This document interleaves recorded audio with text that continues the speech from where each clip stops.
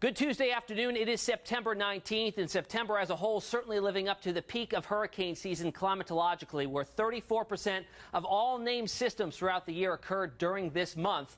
97% of all storms happen from June 1st to November 30th, hurricane season in the Atlantic. But that other 3% mainly happens in May and then December as well. So we can get out of season hurricanes, just certainly not as common out there. Now, how are we doing so far in our predictions? Well, the National Weather Service predictions for this hurricane season. Well, they predicted hurricanes, anywhere from 5 to 9 of them, and of those, 2 to 5 would become a major hurricane. So far, we've had 7 hurricanes, 4 of them being major hurricanes. In fact, those 4 occurring within the last 28 days. So it's been one after another. And a lot of you probably wondering, it's been so busy. Well, really hasn't for the majority of the season up until the last 4 weeks. Had a lot of activity going on in 2 separate systems out there right now. We have Jose, which is the weaker of the 2, but still causing some significant issues up and down the mid-Atlantic seaboard and up into New England, although the center is staying offshore and really kind of getting more of that shape of a comma, indicative of a nor'easter rather than a Category 1 hurricane, which is what the Hurricane Center has classified it as, with winds sustained 75 miles an hour. Remember, you need 74 or greater to become a hurricane, so it's just barely at that. It drifts off to the north and east, and this is crucial here. This track, as it happens into this weekend, if it sits there and meanders, it is going to have some sort of interaction and play into what happens with Maria, and if it has any sort of impact on the eastern seaboard, or if it goes right out to sea. We're going to talk more about that in just a second. But here is Maria the monster, our second Category 5 storm of the year. The last was Irma in generally the same area as we went through the last 10 to 12 days. Now a very well-defined eye. It made landfall last night in the island of Dominica and caused ravaging issues there. I mean, it just destroyed parts of that island. You see that very well-defined eye still. It's about a 10-mile diameter eye wall there, and the strongest winds in that northeast quadrant. And we pull up the radar here from San Juan, Puerto Rico, just now within range, and we can see that defined eye on that radar echo. In fact, you can even see the eye wall, that area of yellow, indicating the strongest winds in that northeast quadrant of the storm. So here's the plot of where the islands are and where it made landfall last night in Dominica, and even that northeast quadrant moving through parts of Guadeloupe that caused some serious damage there. In fact, Dominica, a population of 72,000 people. This was the first ever Category 5 landfalling hurricane on record. And in fact, all reporting stations there went out. Soon thereafter, it made landfall there. So we're still waiting to see how much damage actually occurred. Right now, the latest update from the Hurricane Center does put the wind field, in fact, hurricane force wind field, the diameter, up to around 70 miles out from the center. That's 74-mile-an-hour winds or greater, and then the tropical storm force wind field expands out 280 miles in diameter, so 140 miles in each direction. You're going to find slightly higher wind speeds in that northeast quadrant, right? Because you got to factor in that storm direction or the storm momentum. So you're always going to find this sector of any hurricane having the strongest winds. And that's where the hurricane hunters this morning found winds sustained of 167 miles per hour. All right, who's next? The U.S. Virgin Islands and eventually Puerto Rico within the next 12 to 24 hours. An imminent situation here. It's heading for the most populated areas of Puerto Rico. Could be disastrous there. In fact, only 4 recorded Category 4 storms or higher have ever hit Puerto Rico. This could be the 5th one, possibly making a direct landfall. We switch up the imagery now and show you the visible. Very symmetrical system, very healthy looking over warm waters, favorable wind shear. We have a defined eye center here, about 10 nautical miles there. You can actually, if you get right over it, you can see down to the ocean surface. That's just how cleared out it's become.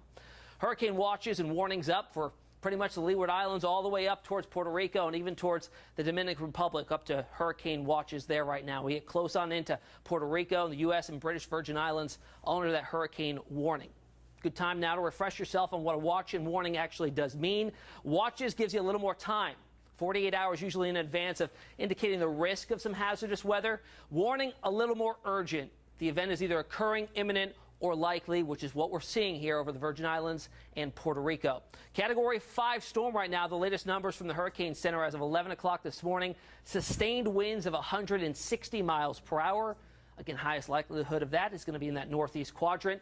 And there's something I want to show you here. It's a Category 5 right now, but it is expected to weaken down to a Category 4. I mean, really small drop in any intensity here, still winds of 155. But I think the National Hurricane Center is anticipating something called an eye wall replacement cycle, which typically occurs in storms that are this intense. They kind of build those thunderstorms in so intensely that they kind of clog out the eye and then has to reform another one. And that usually leads to a little bit of some weakening here. So they're anticipating that.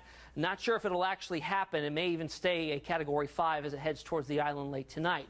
Then the cone of uncertainty grows ever so larger the farther out in the future we get. Up to around 5 days out, or about 225 miles in either direction from the center line here. So the center of Maria could track anywhere within that with this certain cone. So we're going to have to watch that closely.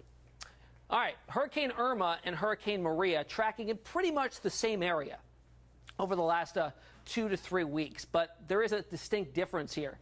Hurricane Maria just to the south by about 200 miles, and that means that warm, very warm water is untapped. Plenty of energy there. It's almost like a powder keg just waiting to be used, this energy. Look at these water temperatures, 85, 86. Degree or two doesn't really mean much to you and I. It's indiscernible, but that 1 degree is that just that much more energy that's available for these storms to use and produce astounding results in terms of interaction with any land surfaces. So how much energy does a hurricane actually produce? Pretty cool stuff here. Due to the amount of energy needed to form the rain and the clouds with any hurricane, needs 200 times the world's total electrical generating capacity. Think about all the energy that's produced in the world. It needs 200 times that just to form the rain and clouds.